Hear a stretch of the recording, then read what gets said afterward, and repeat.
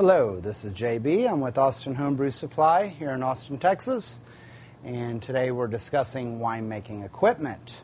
Now, right now I want to talk a little bit about a particular piece of equipment that you might use when you're making wine, and that is a hydrometer test jar.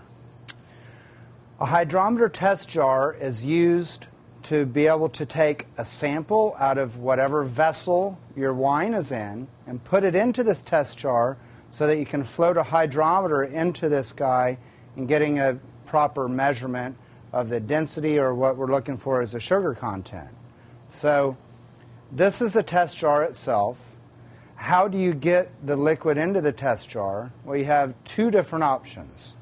You can either use a wine thief, what's called a glass wine thief, like this one here.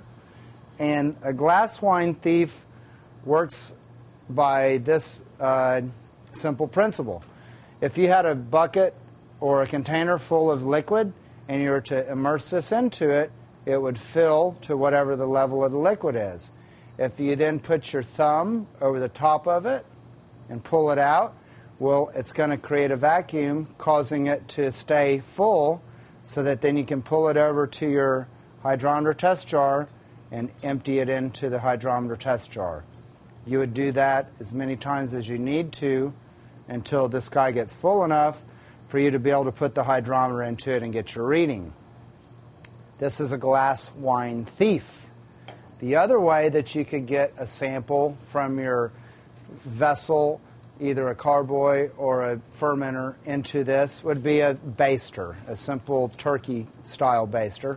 Same concept, put it in, take a sample out, and fill this up until you get enough to be able to do your sample. So either with a baster or a glass wine thief, either way you can fill your hydrometer test jar. This will enable you to take your hydrometer test when making wine.